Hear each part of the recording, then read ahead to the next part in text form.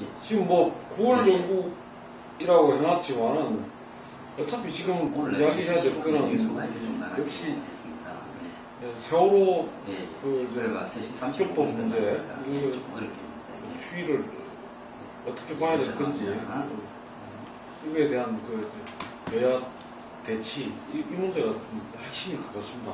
좀 이 문제 중심으로 좀 이야기를 좀 하죠. 네, 어쨌든 지금 세월호 특별법 관련된 부분이 지금 회의를 돼야라는 정도로 진행되고 있어요. 저는 이 세월호 참사 이후에 여러 가지 정리하는 과정들에 있는데 세월호 특별법 하나만이 아니라 그 중에 하나 있다고 봐지는데 행정적인 조치도 있고 뭐 대통령적인 기조도 있고 뭐 사회적인 운동 영역에 해수욕 운동도 있고 하는데 어떻게 하다 보니까 세월호 특별법의 모든 것이 모르는 것은 되어버렸고 됐어요. 그래서 지금 시점에서는 세월호 특별법이 어떻게 조만간 정리가 될 것인가. 그리고 나머지 지금 이 맞물릴 수밖에 없는 국회 일정이 어떻게 진행될 것인가요? 그런데 이전에 만약에 세월호 특별법을 제외한 다른 문제를 우선 처리하고 세월호 특별법을 좀 중장기적인 과정으로 아예 가버렸다는 건 괜찮을 수도 있겠다 그런 생각이 드는데 이미 그 국면을 넘어섰고요. 그래서 저는 이 8월 내에 세월호 특별법 여야 또 이해관계 당사자들이 어떻게 합의하는 가운데 진행되지 않고 다음 9월 전망도 좀 쉽지 않다 그런 부분인 것 같습니다.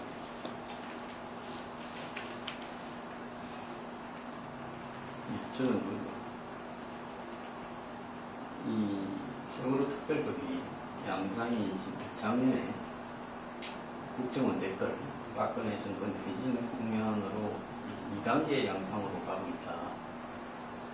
청와대나 여권은 이 부분에 대한 해법을 지금 내부적으로 발견하기가 상당히 어려운 양상으로 가고 있고, 야권은 내부의 장외에 시민사회단체와 새정치연합의 강경파가 가세하고 유족들도 지금 강경파가 주도적으로 끌고 가고 있다.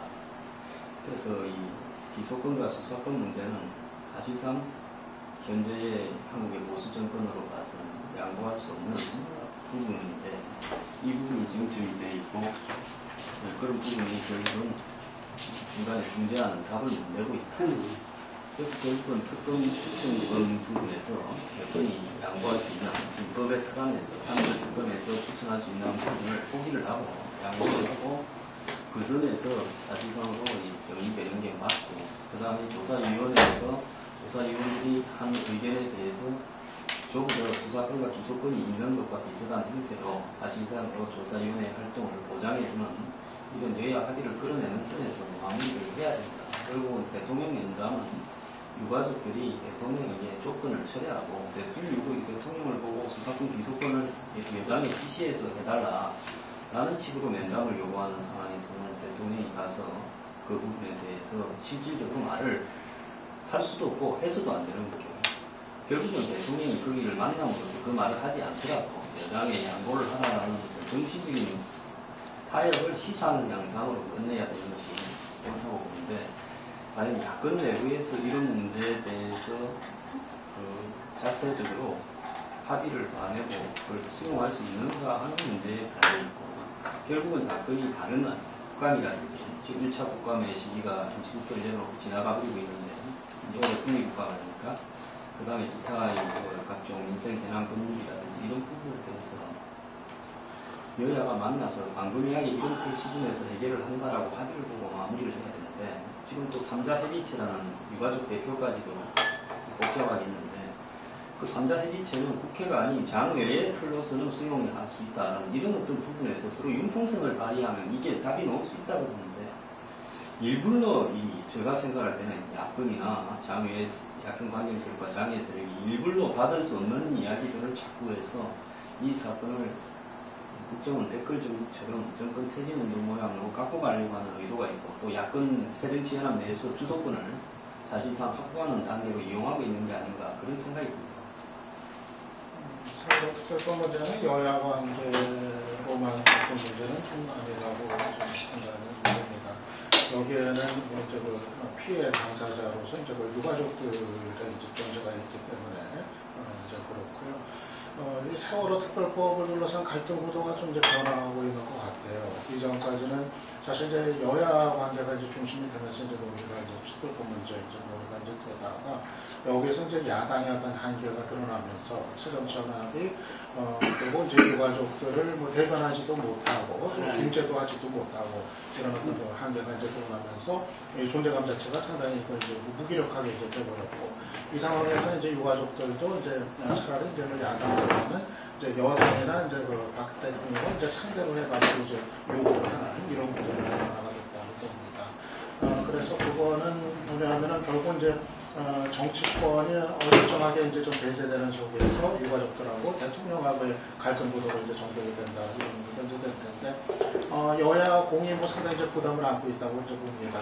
야당 같은 경우는 사실 그 중간에서 어떤 그 정치적 역할을 제대로 하지 못해가지고 이 두 번씩이나 합의를 했다가 번복을 하는 그런 정말 아주 모양이 아주 이제 우습게 되버린 이런 이제 상황. 그래서 유가족들로부터의 어떤 그 신뢰도 상당히 좀 저하가 된 그리고 야권 지지 측면에서도 상당히 신뢰가 추락한 이런 상황이죠. 그러다가 이제 강경 투쟁으로 좀 일단 이제 선회를 했습니다만 그런데 뭐 야당도 야당이지만 여당도 뭐 상당한 이 문제에 관해서는 사실 뭐 매듭을 짓지 않고는 도저히 갈 수가 없는 앞으로 여당으로서도 그 부담이 계속 이제 따르기 때문에 여당도 모른 척 할 수는 없고 뭐 지금은 뭐 제재 협상은 불가하다 얘기하고 있지만은 어떤 식으로든 다시 풀려는 전향적인 자세를 취하지는 않을 수 없는 현실은 있단 말입니다. 그래서 뭐 대통령은 지금 청와대는 빠져 있긴 하지만은 사실은 뭐 청와대도 그걸 의식 안 할 수는 없고 그래서 청와대 박 대통령이라든가 새누리당 입장에서도 어떤 식으로든 매듭은 져야 되는데 거기에 대한 부담은 있기 때문에 아마 이거는 좀 냉각기를 거칠 이후에 거치는 일정 정도 시점이 되면은 결국 지금 논의된 것보다는 더 좀 어떤 진전된 전향적인 안 이런 걸 가지고 이제 제재 협상이 이루어질 가능성은 좀 크지 않겠는가 또 그렇게 이제 돼야 된다 이렇게 봅니다. 근데 지금 이게 보면 세월호 특별법의 그 본질이라 할까 그런 부분에서 그 측면에서는 좀 야당이 제대로 부각을 못하고 있다 이런 측면이 제일 중요한 것 같아요. 왜냐하면은 현재 세월호 특별법이 뭐 수사권과 기소권을 조사위원회 달라 그거는 뭐 상권분립이 안 되고 그러면 뭐 이런 등등의 이야기는 억지 주장을 하는 유가족이 또 억지 주장하는 유가족이 떠밀려가는 야당 이렇게 지금 보이는 모습. 뭐 이재현 의원 같은 경우는 엄마한테 칭얼거리는 애기 뭐 비슷한 정도로 표방하면서 이야기를 했는데 이런 이야기들이 나올 수 있는 게 세월호 특별법의 본질적인 측면이 제도 국민들한테 부각되지 못해서 그런 거 아니냐. 4월 16일 날 분명히 어떤 이 국가 기재가 작동을 스톱했다는 그 부분 거기에서 우리는 세월호 참사 이전과 이후로 대한민국 역사가 이렇게 나눠져야 된다라는 이 부분에 대해서는 이 박근혜 대통령도 동의했고 그렇기 때문에 국가 대개조 뭐 그다음 표현은 국가 혁신을 바꿨지만 그런 정도의 어떤 뭐 그냥 총체적 난국 속에서 푸는 이런 정도가 아니라 국가의 근본적인 문제를 갖다 새롭게 그걸 해야 된다는 그런 부분까지도 동의했던 그런 상황이라는 거죠. 그래서 세월호 특별법이라는 부분들이 과연 국가란 무엇이냐, 대한민국의 존재 의미가 뭔가 하는 이런 부분들을 갖다 다뤄야 되는 부분들이고 이게 현재 어떤 이 검찰이라든지 경찰이라든지 어떤 그 재반적인 어떤 국가기관들이 작동을 못했기 때문에 그 사람들이 지금 이제 이 진상규명을 갖다가 해나가는 건 맞지 않다. 또 진상규명이 될 수도 없다. 이런 차원에서 요구하는 거고 그 흐름 속에서 세월호 특별법이 위치되고 있기 때문에 현재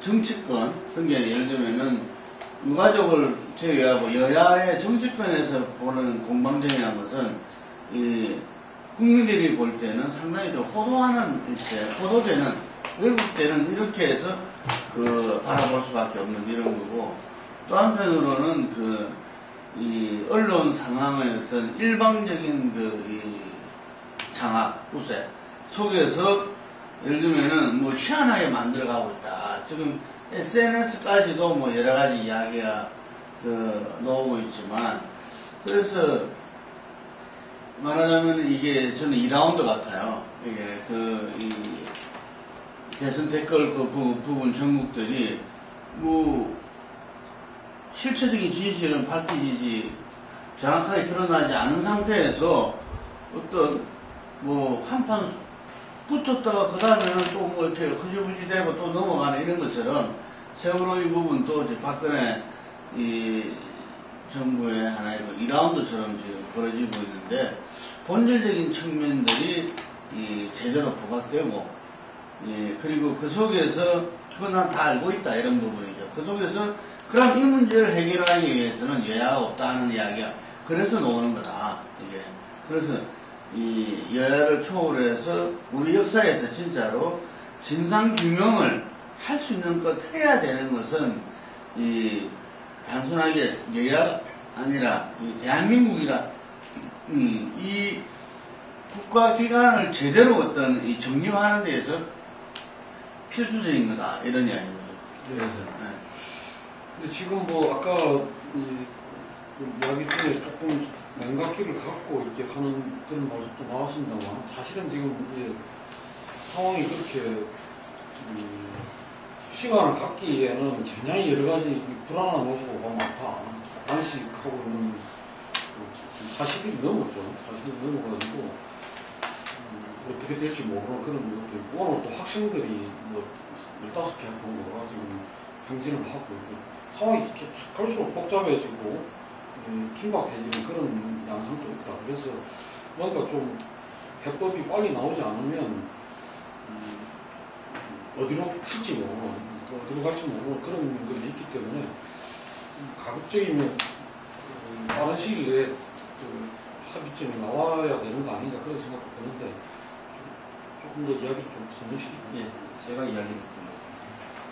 저는 이 사건이 오래 가게 되면 오래 갈수록 기성 제도권 야당이 공개되는 정도로 갈 수가 있거든요.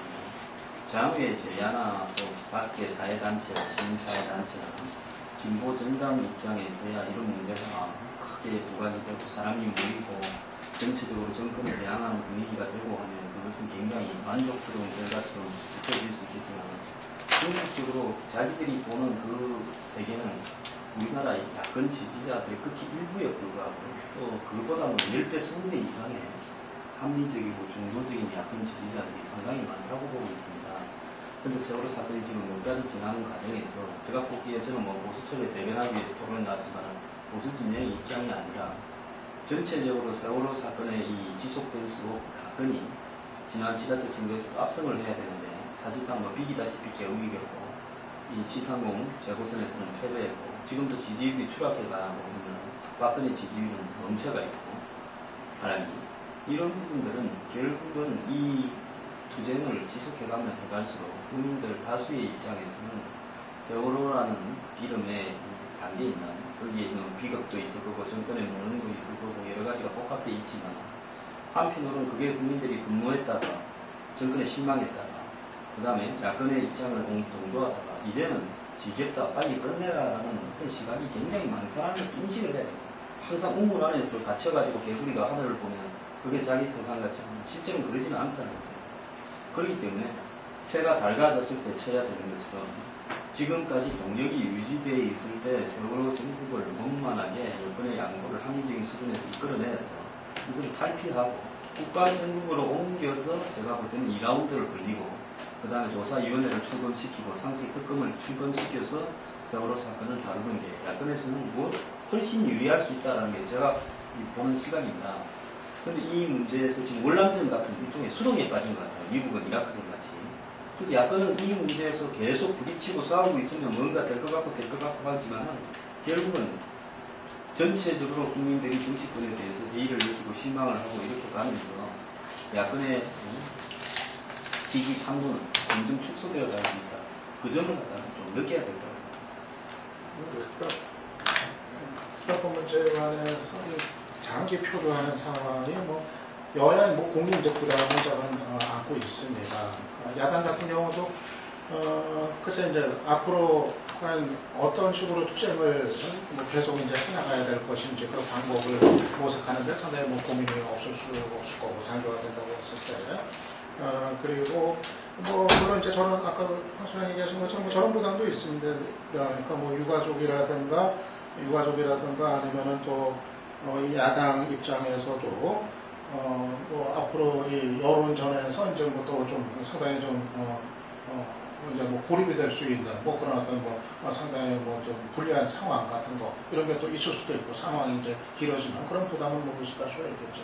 근데 이제 반대로 이제 여당 같은 경우도 이 기본적으로 이게 이제 유가족들의 그 요구를 이렇게 이제 힘으로 또는 어떤 정치 논리로 이제 제압을 하고서 끝내 이제 이 문제가 매듭이 지어지지 않고 계속한다고 했을 때 이거는 앞으로 정부 운영에 있어서 누구도 이제 부담이 되는 그런 거로 계속 이제 살아있는 문제가 되었기 때문에 부담은 갖지 않고 있는데 결국은 뭐 국가적으로도 그렇고 뭐 정치적으로도 그렇고 또 뭐 인도적인 차원에서도 빨리 조기에 매듭을 짓고 일단은 진상규명 작업으로 들어가는 것이 뭐 최상의 이제 길인데 저는 열쇠는 박근혜 대통령이 쥐고 있다고 그렇게 이제 생각을 이제 합니다. 기본적으로 뭐 새누리당의 입장이라는 것이 청와대와 이제 교감 속에서 계속해서 뭐 나오고 있는 걸로 뭐 파악이 되고 그러면 결국 이제 박 대통령의 이제 의지에 이제 달린 문제인데 저는 뭐 여러 가지 뭐 법체 얘기도 나오고 뭐 그런 안은 뭐 받아들일 수 없는 거 아니냐 뭐 얘기도 나옵니다만 의제 문제라고 생각을 해요. 지금 유가족들이나 시민사회에서 요구하고 있는 내용이 적어도 어떤 뭐 헌법에 위배된다거나 정말 헌법이나 법률로 못하고 있는 거를 요구하고 있는 거는 사실은 이제 없거든요.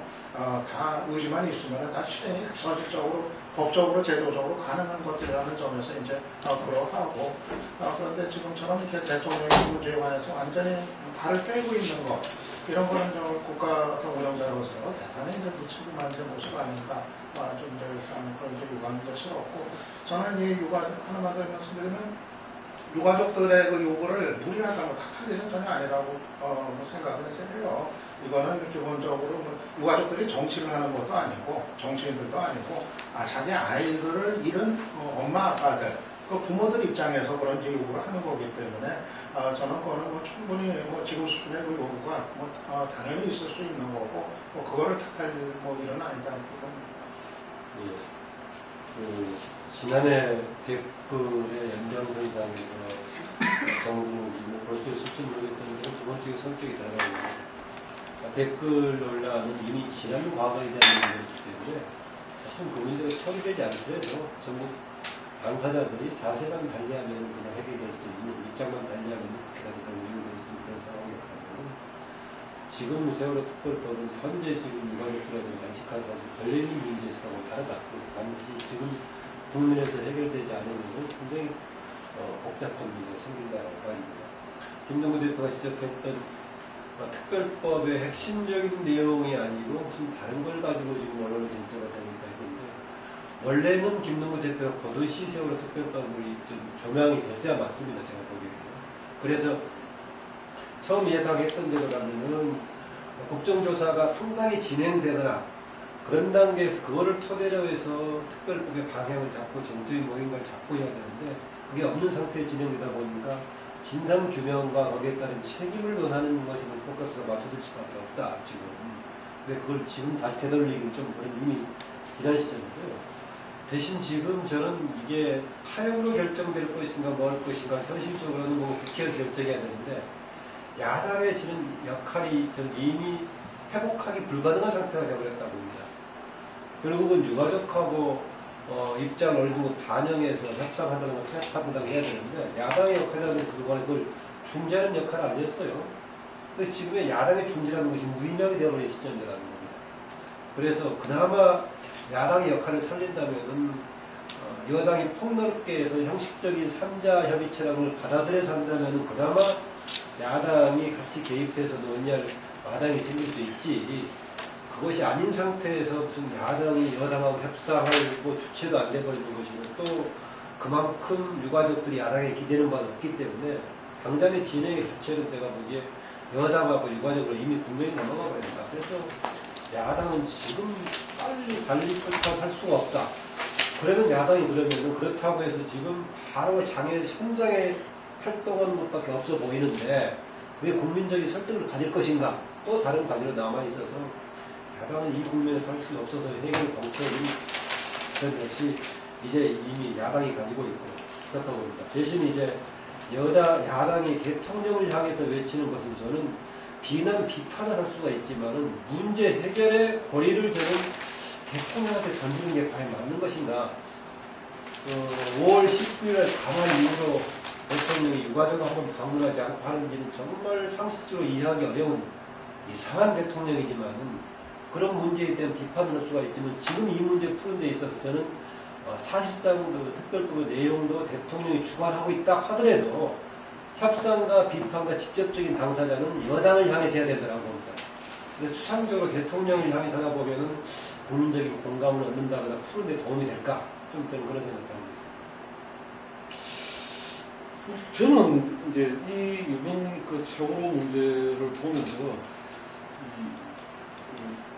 여당이 지금 아까 뭐 그 작년 그 댓글 문제 2라운드고 그 다음에 또 야당이 저러다가는 설 자리가 없어지고 이렇게 말씀하시는 걸 보고 또 지금 여당의 대응이나 이런 걸 보면 너무 안이하게 본다. 그러니까 저는 굉장히 큰 그 신뢰의 위기고 국가적인 위기다 그렇게 생각합니다. 다시 말해서 대통령이나 여당이나 야당도 물론 뭐 마찬가지입니다만은 국민적 신뢰가 거의 땅에 떨어졌다. 지금 이 특별법에서 뭐 수사권, 기소권 이야기가 나오는 것도 현재 검찰이라든가 현재 무슨 권력에 대해서 요만큼도 이렇게 신뢰를 하지 않기 때문에 나오는 이야기고 그것이 지금 군에 대해서도 그 최근에 뭐 그 인권 유린 사태가 빈번하면서 나오는 문제라든가 또 검찰의 뭐 개인의 어떤 그런 파행이고 일탈이라고 하지만 그런 어떤 그 것들이 겹쳐서 발생을 하면서 권력이나 어떤 국가기관 전체가 국민으로부터 신뢰받지 못하는 이 부분이 가장 어떤 사태의 핵심 아닌가. 그 점을 저는 상당히 여건에서 너무 안이하게 봐서는 안 된다. 생각을 합니다.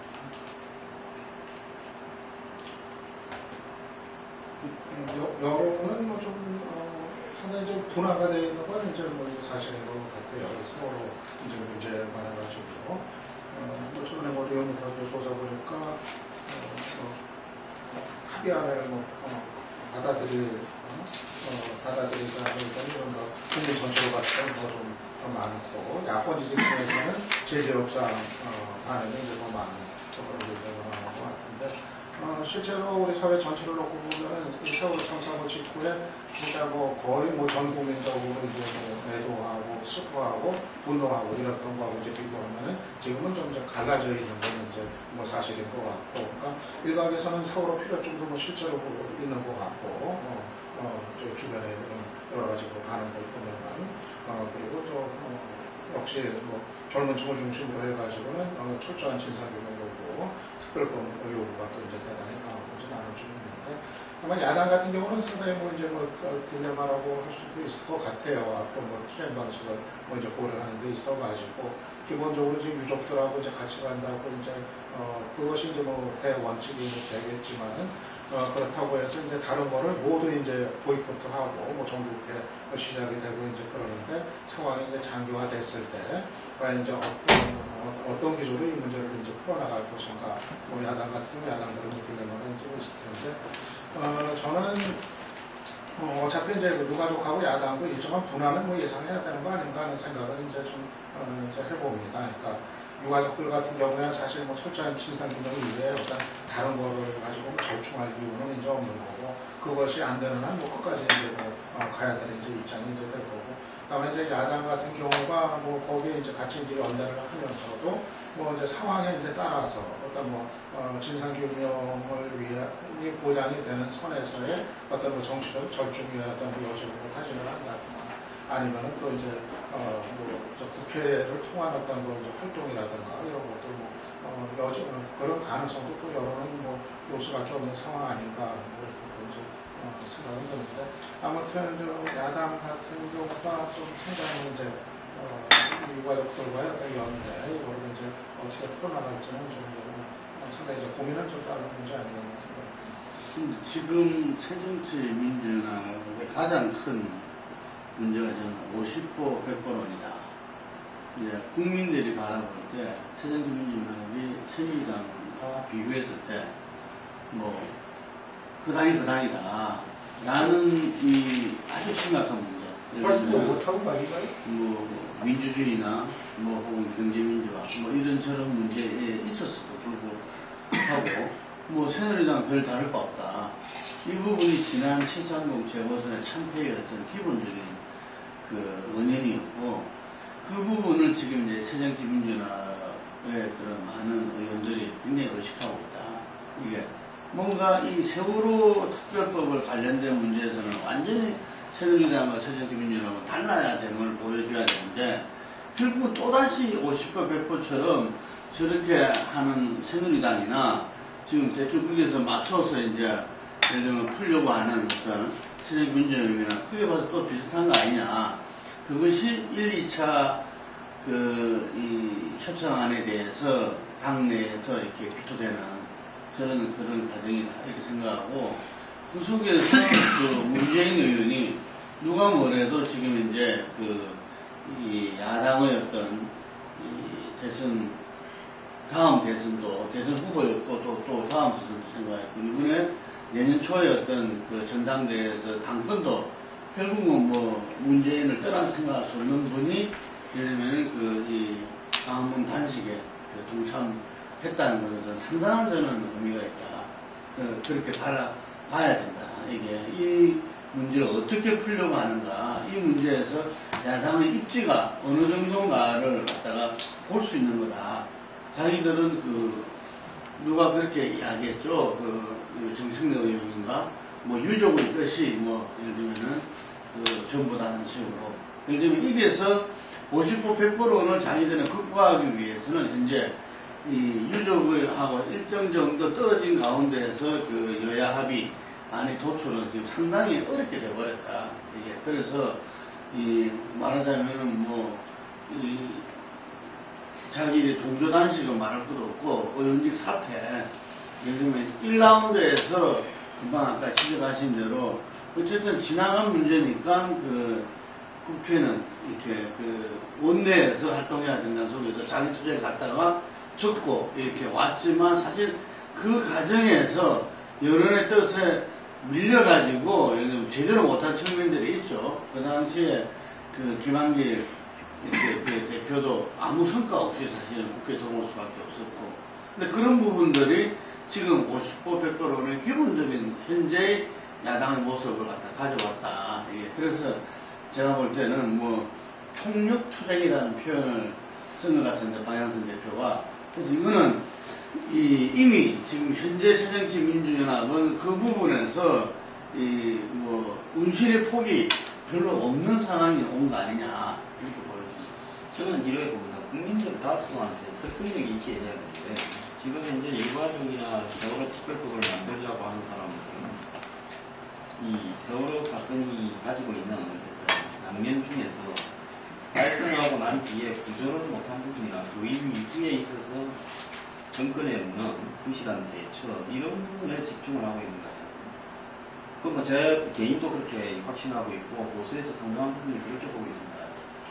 예를 들어서 지금 검찰이 유병헌의 결과 추적을 통해서 골프채 50이나 유병헌으로부터 돈을 받은 역대 정권의 수많은 정치인들에 대한 조사를 완료하고도 이 일을 갖다가 겪고 있는 상황입니다. 더 나아가서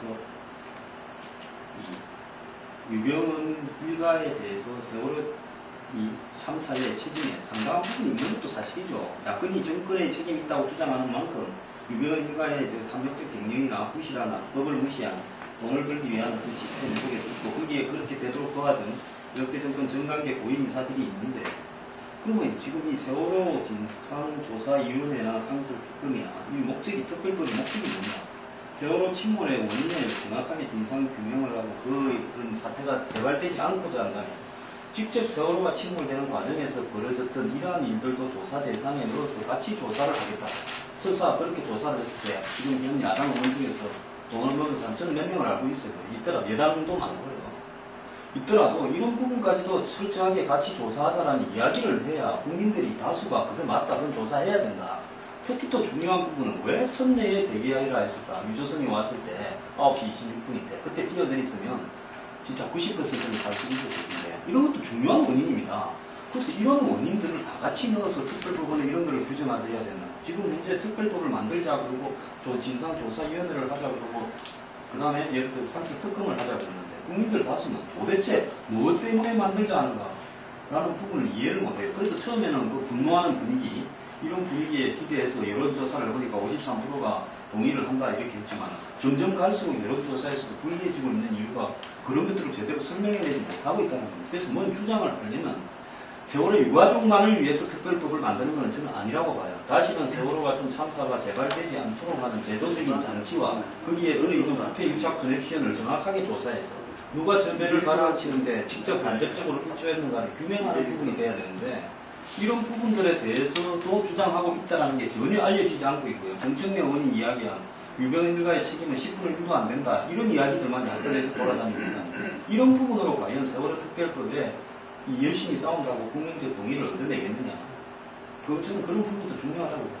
황 소장 그 얘기에 아까 비슷한 부분에서 우리가 있긴 한데 그래서 원래 한다면 어느 정도 국정조사를 통해서 향후 무엇을 다룰 것인가 세월호 참사 이후에 뭐 이전 관리가 달라져야 된다고 했을 때 무엇이 주제가 될 것인가 이런 것도 조금 살펴봤어야 되는 다음에 진행이 됐다면 모르겠는데 이미 시작이 되어버렸으니까 오히려 저는 특별법을 이제 구체화시키는 과정 속에서 그런 논의가 시작되지 않을까 그렇게 생각하는 거예요.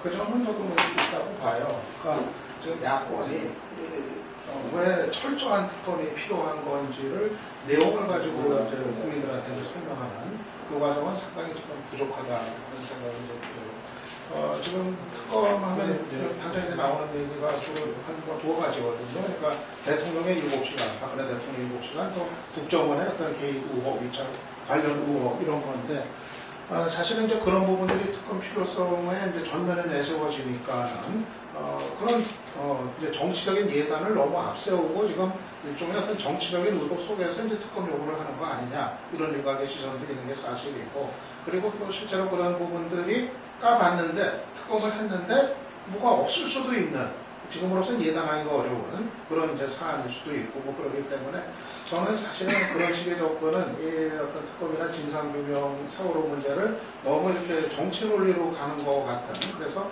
전체 여론을 이게 장기화된다고 했을 때 야권도 이게 결국은 여론전인데 여론전으로 이제 간다는 걸 의미하는 건데 오히려 그 여론을 더 얻어나가는 데 있어서 상당히 좀 제약이 될 수 있는 그런 이제 소지가 있다 이렇게 생각을 일단 이제 합니다. 그래서 저는 좀 이 특검이 정말 왜 필요한지에 대해서 좀 더 설득력 있는 내용적인 어떤 근거들 사실 그게 좀 더 충분했어야 되는데 아직까지는 그게 좀 대단히 이제 미흡했다 이제 하는 이제 생각이 들고 그래서 저는 한편으로는 특검 요구를 하면서도 좀 더 그 대중적인 어떤 설득이나 어떤 여론전을 위한 그런 어떤 야권의 노력이 더 필요한 상황 아닌가 그 점을 이제 생각합니다. 그거는 저는 좀 그렇게 보는데요. 그러니까 야당이 무슨 이야기를 하고 여당이 무슨 이야기를 언론에 어떻게 쓰고 이런 부분들을 가지고 그 여야 공방의 측면에서 이 문제를 자꾸 바라보면서 하기 때문에 진실이 어떻게 보면 은폐되고 왜곡되는 측면이 있다. 그리고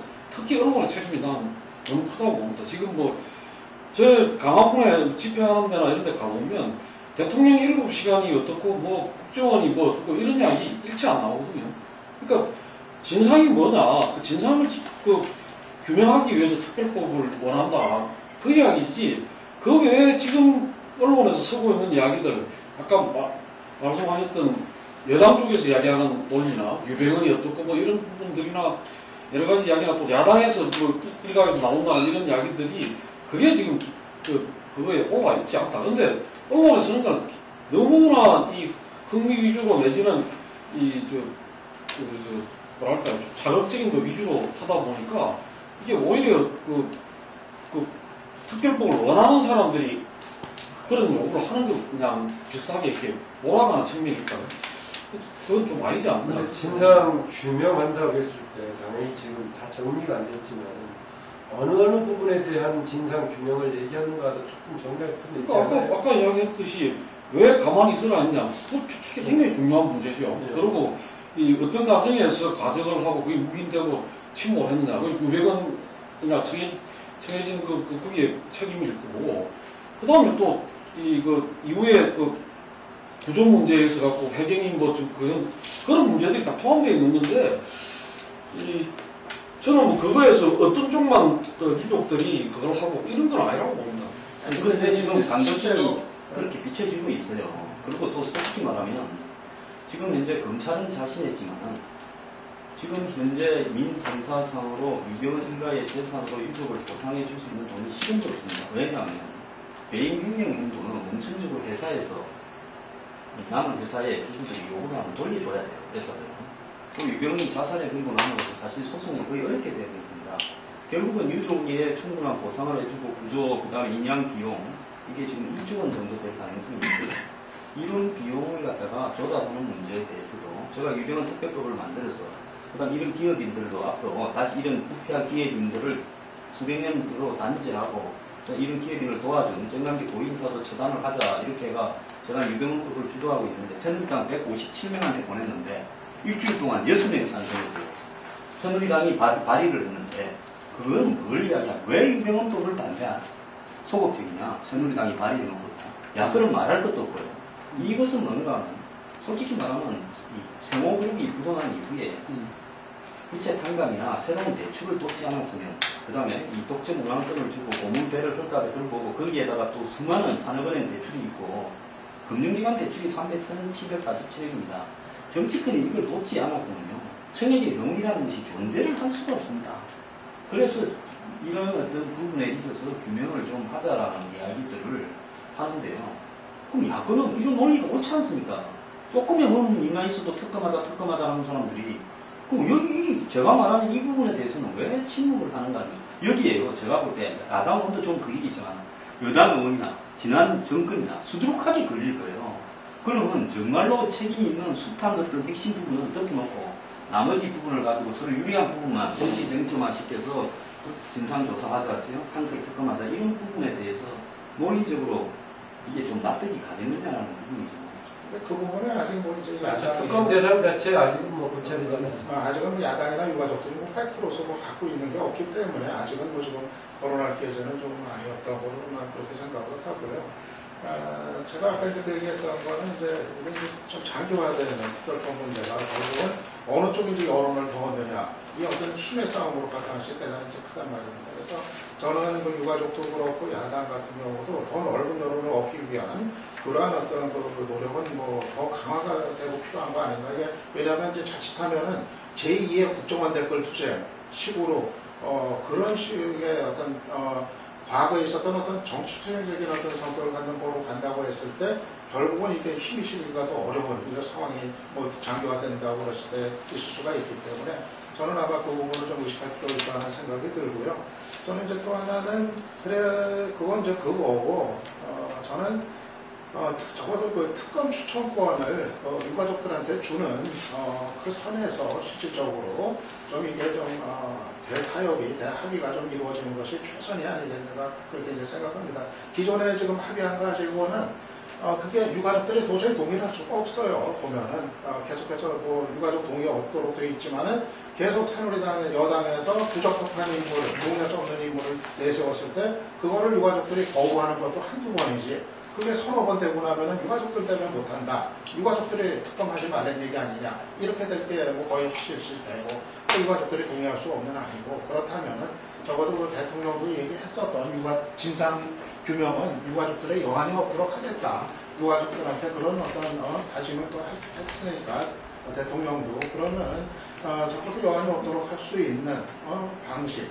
그러니까 적어도 그 특검 수사만은 그 유가족들의 뜻에 따라서 할 수 있도록 하는 아마 그 정도면은 저는 그 물론 지금 유가족들은 여전히 기존의 입장, 그러니까 진상조사위 안에서 기소권과 수사권 이거를 요구하고 있지만은 아마 그 정도면은 여야 그리고 유가족들 간에 어떤 대합의가 가능할 수 있는 유가족을 조금 더 설득하더라도 뭐 그런 안이 아니겠는가 생각이 들고 그러면은 좀 여당이 또 청와대가 그 정도 선까지는 좀 제시를 하고 좀 동의를 해야 되는 거 아닌가 저는 그 말씀에 기본적으로 그 조사 대상에 대한 존재, 아까 말한 유병의 일가의 탐욕적 개념과 침몰 원인, 그리고 그런 것이 재발되게 하기 위해서 제도적으로 침몰 원인을 규명하는 선내 대기를 시킨 부분, 그 다음에 유병 같은 기업인이 제기할 수 있도록 사실상으로 기업 운영을 할 수 있도록 해주는 그때 정권 신관계 고위 인사에 대한 조사, 나는 검찰이 뜯었다는 나름대로 자료를 가지고 있어요.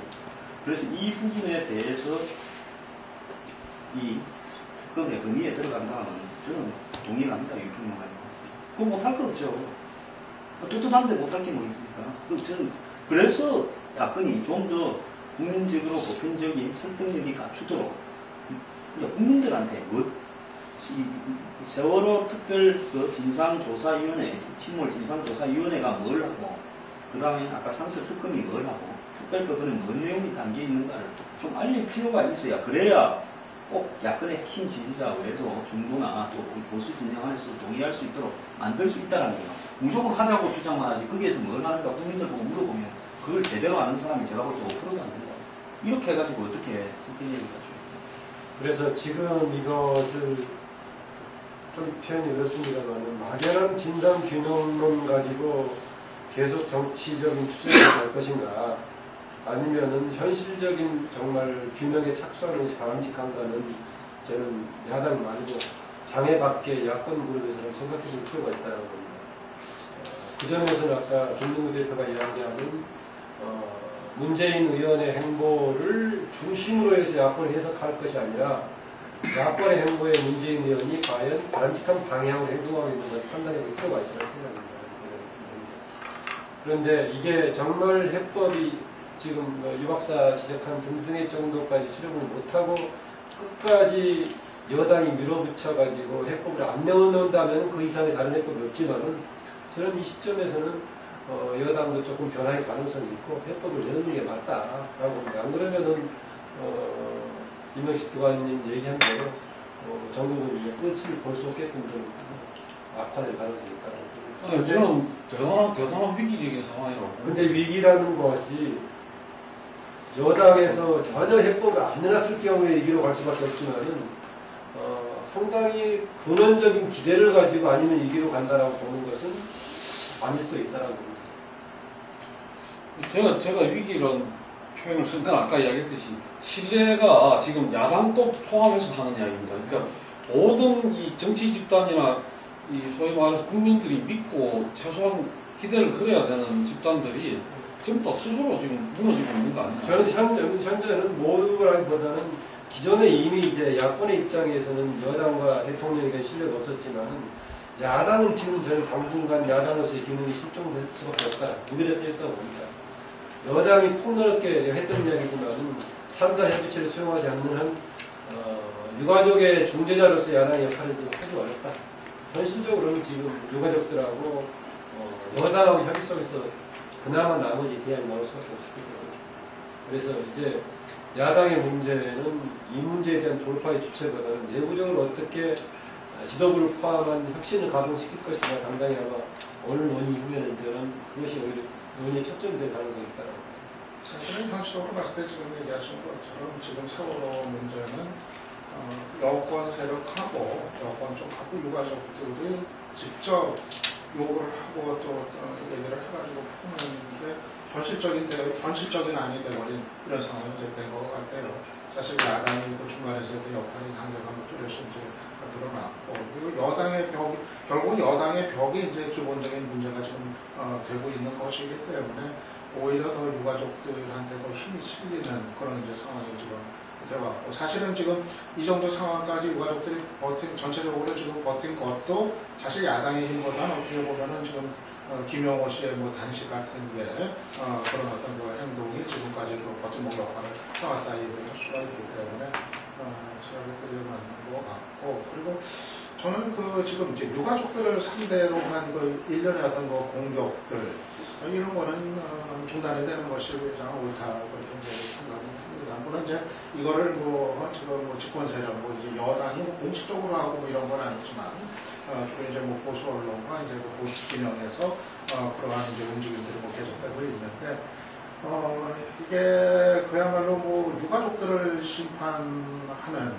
그런 움직임들이 지금 그런 유가족들을 심판하겠다고 이제 달려드는 이런 이제 상황이 이제 되고 있는데, 저는 이게 국가적으로 봐서도 사회적으로 봐서도 이게 말이 안 되는 그런 이제 장면들이라고 이제 생각이 이제 되고요. 저는 이게 어떻게든 지금 어떤 정파를 떠나서 이념을 떠나서 이 문제는 적어도 우리 사회가 어떻게든 좀 전향적으로 사회적 대타협, 합의 속에서 이 문제를 풀어가고 해결을 해야 돼. 이런 과제라는 점을 감안한다면은 그런 노력에 어떤 찬물을 끼얹는 유가족들에 대한 어떤 적대적이고 어떤 좀 음해적인 어떤 행위들 이런 거는 바로 좀 중단이 되어야 마땅하다 좀 그렇게 생각을 합니다.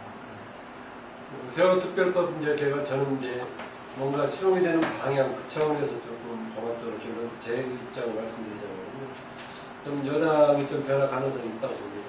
아까 했던 특검에 관한 지금을 동의 정도 만든 박사적 본질을 아예 추측권을 주는 정도까지 여당이 수용할 가능성이 있어 보이고, 그랬을 때 그러면 뭐가 조금 보완 조치가 있어야 된다고 보느냐. 저는 박근혜 대통령이 본인의 위치에 살 수 있는 것을 세월호 유가족과 국민들에게 다짐하는 이것이 또 있어야 된다. 저는 근원적으로 이 상황에 대한 불신이 생기게 된 것은 저는 박근혜 대통령이 있다고 보는 사람이에요.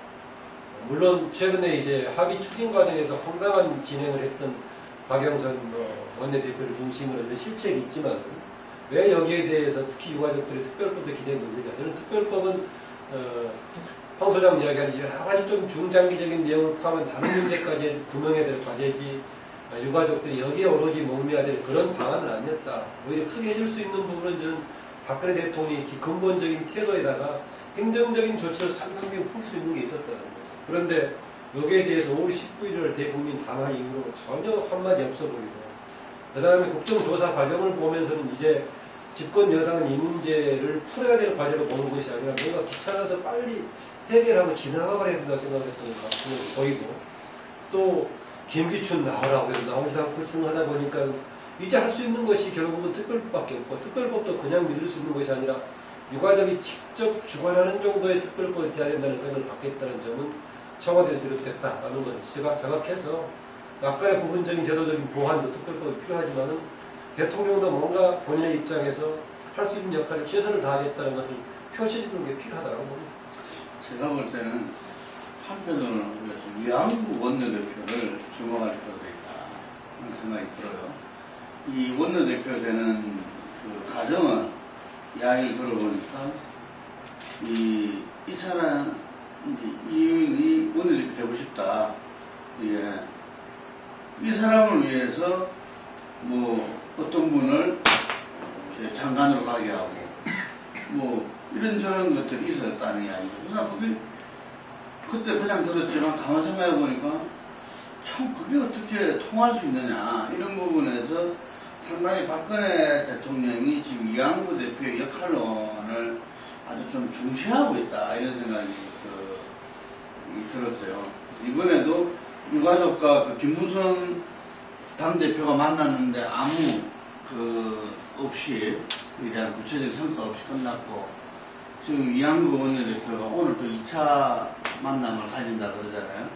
처음 만남은 성과 없었지만 내일인가요? 그래서 만약에 여당의 어떤 전향적인 게 있다면은 자기들은 이 속에서 좀 이렇게 여당 원내대표가 풀어나가는 모습을 가질 수도 있겠다 이런 생각이 들고, 그러면서 현재 그 여권 내의 어떤 구도, 역학 구도에서 상당히 좀 김무성 당대표가 여러 가지 자기 스탠스 조절도 하고 있지만 상당히 상대적으로 이양구 원내대표가 어떤 청와대와의 어떤 직접적인 어떤 라인 속에서 이렇게 부각되는 이런 측면이 있으면서 또 한편으로는 대통령은 대통령대로 이제 세월호 부분들에 대해서 부담과 짐을 좀 들 수 있는 차원도 있을 수도 있다.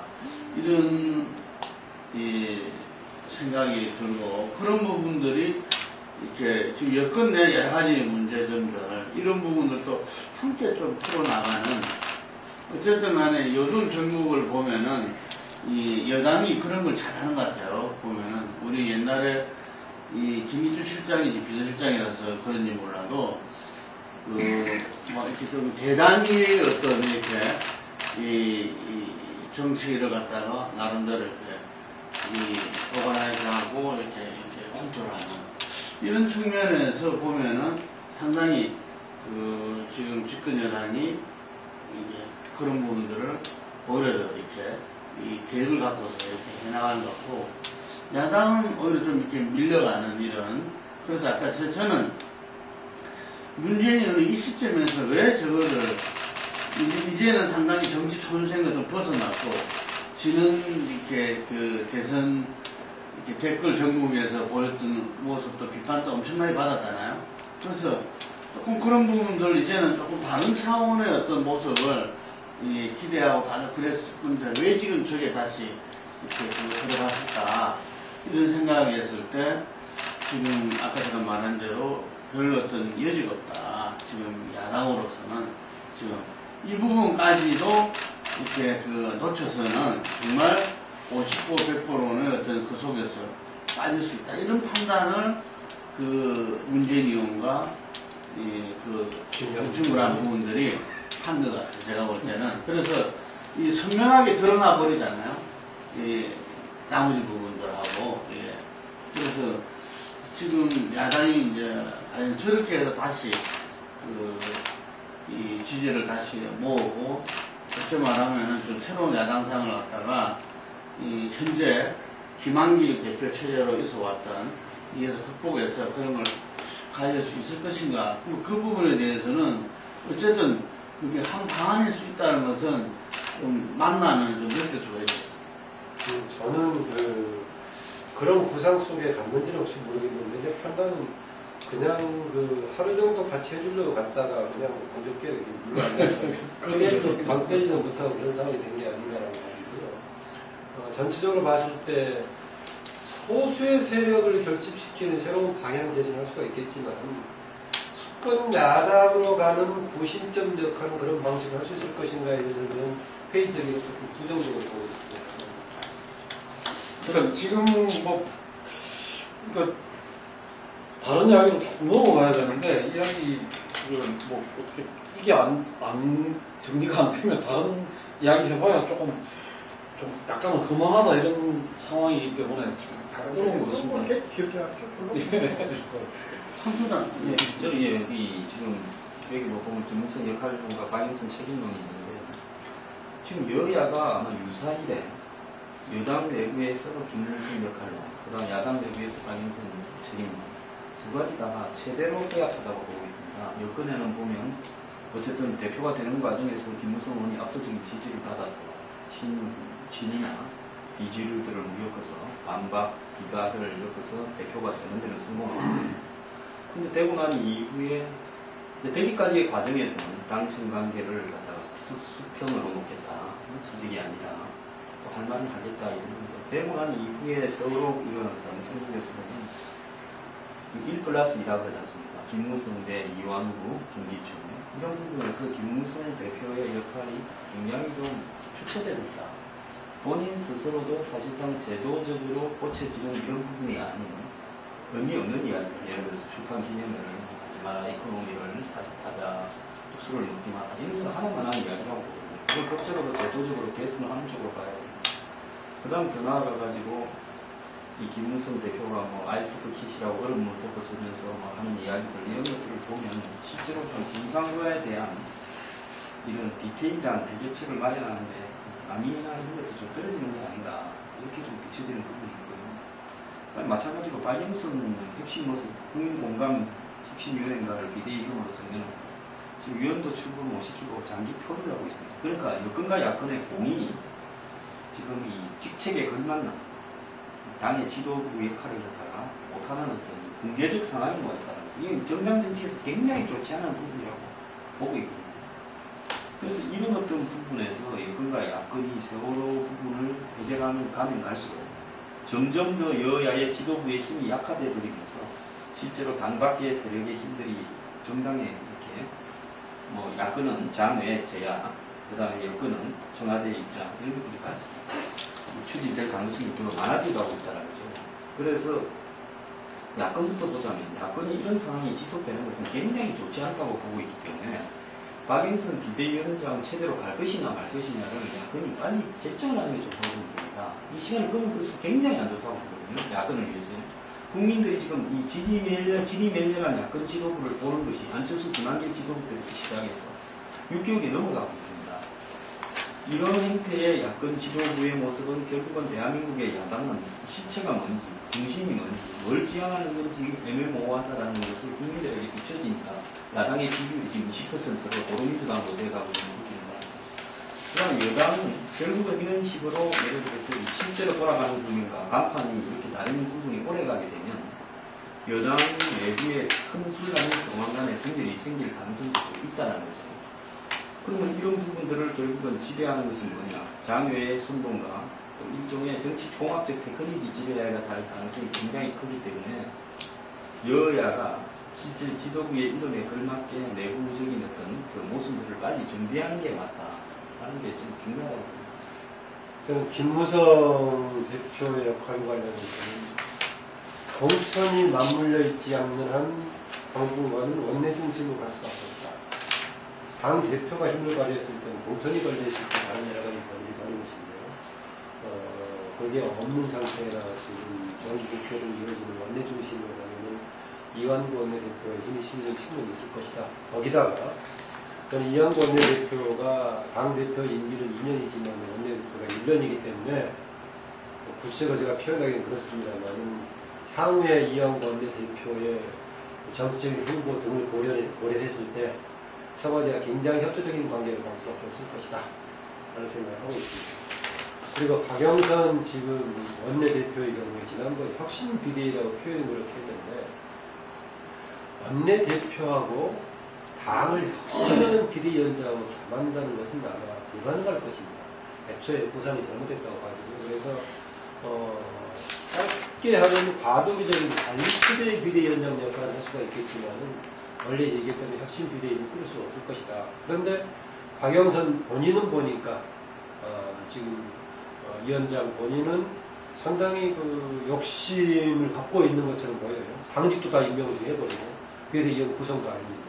그런 것을 보입니다. 최근 그 협상 아까 당이 50% 100%에서 국민들의 불신이 떨어졌다고 했는데요. 당에 대한 기본적인 불신은 저는 100% 공감하고 있지만은 최근의 상황은 당에 가지고 있었던 기본적인 불신 문제가 아니라 이런 박영선 위원장이 협상에서 이런 두 번에 걸쳐서 황당한 협상을 했던 것이 결정타였다라고 말입니다. 그게 지금 이 상황까지 가버렸다. 그게 만약에 지금 정도의 위기 상황이 아니라면은 바로 책임론에서 바로 교체 대상일 건데 야당의 지도부 자체가 없어버리게 이 상황이 그대로 가고 있다는 것이죠.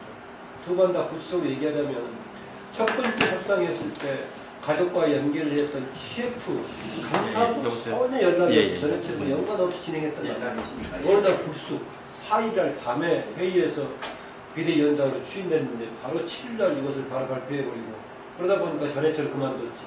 이번 두 번째도 마찬가지로 전해체를 그만둬버리고 나니까 세월호 유가족과 연관된 TF 자체가 운영이 안 돼버린 거 아니에요.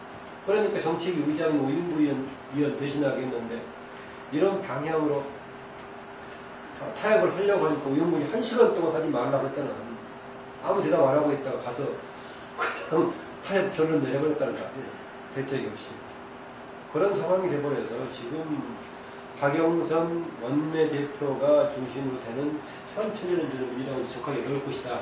당장은 오히려 그러기 때문에 박영선 대표가 이것을 이제 장애투쟁 중심으로 가면서 이제 비정상적인 지금 위기국면 상황에서는 뭐 한 일주일 정도를 갈지 모르겠지만 저는 정치민주연합 지도체제는 현 체제가 아니라 조만간 어떤 식으로 바뀔 수밖에 없을 것이다. 역할 분담으로 가든 아니면은 전대식을 앞당기든 간에 그렇게 갈 수밖에 없을 것이다. 근데 이 비대위원장을 독배를 들었다 이렇게 이야기했는데 지금 비대위원장을 사수하려는 이유는 뭐죠? 박영선 지금 본인의 권력 의지. 권력 의지가 강해요.